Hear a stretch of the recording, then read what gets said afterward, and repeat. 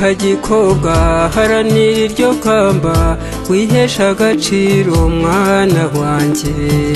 indangagaciro z'umuco nyarwanda zizakubera iteme rigutembesha hirya iyo mu mahanga nugerayo shenge uzaratire bose ibyiza by'u Rwanda dore warahavutse mwana wanjye kandi ntaheza nk'iwanyu urashaka ufite ubwiza ufite ubumenyi muco nyarwanda ukeneye ufite ubwiza ufite ubumenyi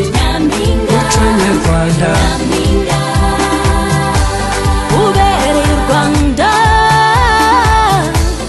ubereye u Rwanda uwo niwe dushaka umwari w'u Rwanda ubereye u Rwanda kandi mu bimuranga habemo ubumenyi habemo n'umuco arangwe n'ingendo nziza inseko nziza imvugo nziza igihagararo cyiza we ufite urukundo ufite n'urugwiro turashaka ufite umuco ufite ubwiza ufite urugwiro dukeneye ufite umuco ufite ubwiza ubereye u Rwanda ubereye u Rwanda ubereye u Rwanda ibyiza by'iwacu dufite ibyatsi dufite ibisabo dufite inyambo inka zirakamwa iwacu nyampinga arakamisha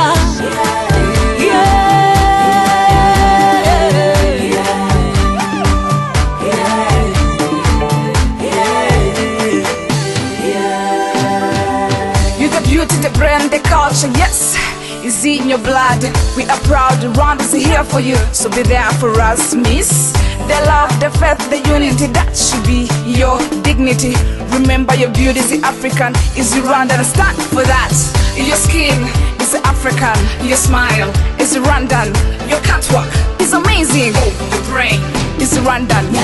ufite ubwiza ufite ubumenyi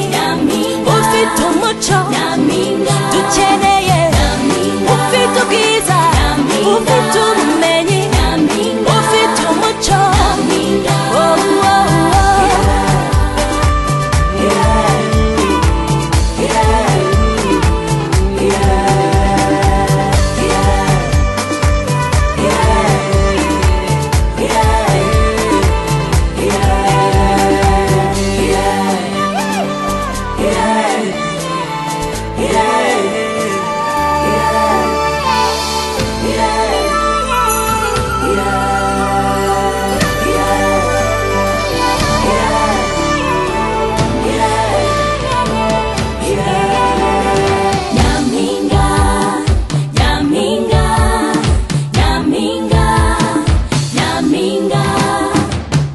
tambuka gikobwa haranira iryo kamba wihesha agaciro mwana wanjye